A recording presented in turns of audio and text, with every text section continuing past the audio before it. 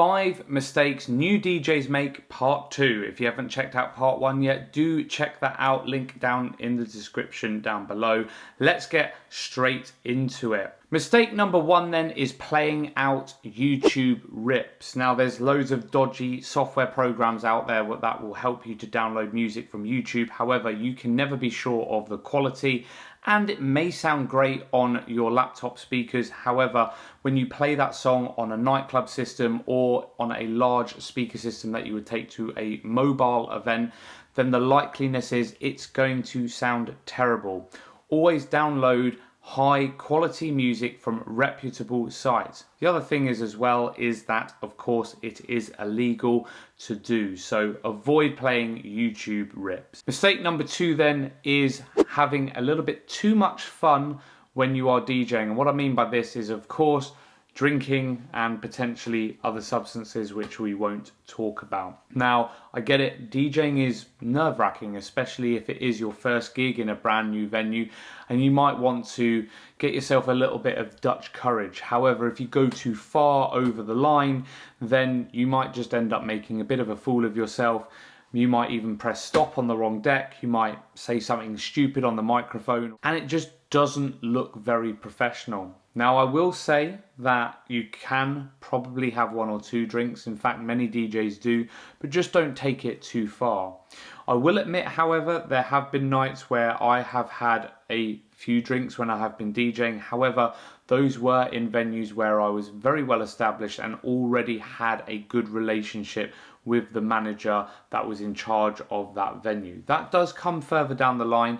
And I would say is I always know my limit. I always know not to push it too far when it comes to gigs. Professionalism over having too much fun is very, very important. Mistake number 3 then is playing out for free. Now, I really dislike venue managers and promoters that offer DJs no money for playing out, especially new DJs. They take advantage of the fact that you are new. However, it is still a job. You have still prepared your music for that set.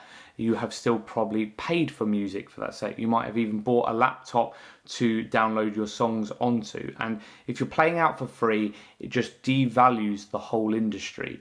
And you don't want to be known as the DJ that is willing to work for nothing. You know, even getting yourself to the gig is going to cost you an element of money, whether it be a train fare, a taxi, or driving to and from the gig. So please do not play for free. And I get it, sometimes DJ gigs are hard to find, they're hard to come by, but remain resilient and knock on as many doors as possible for the scene that you want to get into. Speak to the right people and something paid will come along. Now, I'm not saying that you'll get paid top dollar for your first ever gig. It doesn't work like that. However, know your worth and don't be somebody that accepts the gig that is not paying any money whatsoever. Mistake number 4 is playing all of the peak bangers at 9 o'clock at night or when the club first opens. If you are a new DJ, the likeliness is your first gig, or when you're starting out, your first gigs are going to be warm-up slots. And there is nothing worse than a warm-up DJ playing all of the peak anthems when the club first opens. First and foremost, it puts customers off because it's probably a lot more intense early on in the night than it needs to be, but also as well, you're not giving the next DJ any kind of headroom to take the night where it needs to go. Warming up is a skill. There is a video that I have done on this, linked down in the description down below, and it is a skill that is appreciated by other DJs and managers alike. So know how to warm up. It is really important. There is nothing to be gained by playing all the peak anthems as soon as the doors open on the night, and you are just going to end up annoying other people. And then finally, mistake number 5 is not having some kind of backup plan if things go wrong. We're all so reliant on technology and electronic items these days that something could potentially fail. For example, if I'm taking my laptop to a gig and I'm using them with the CDJs, I will also make sure that I have 2 USBs of music should the laptop fail.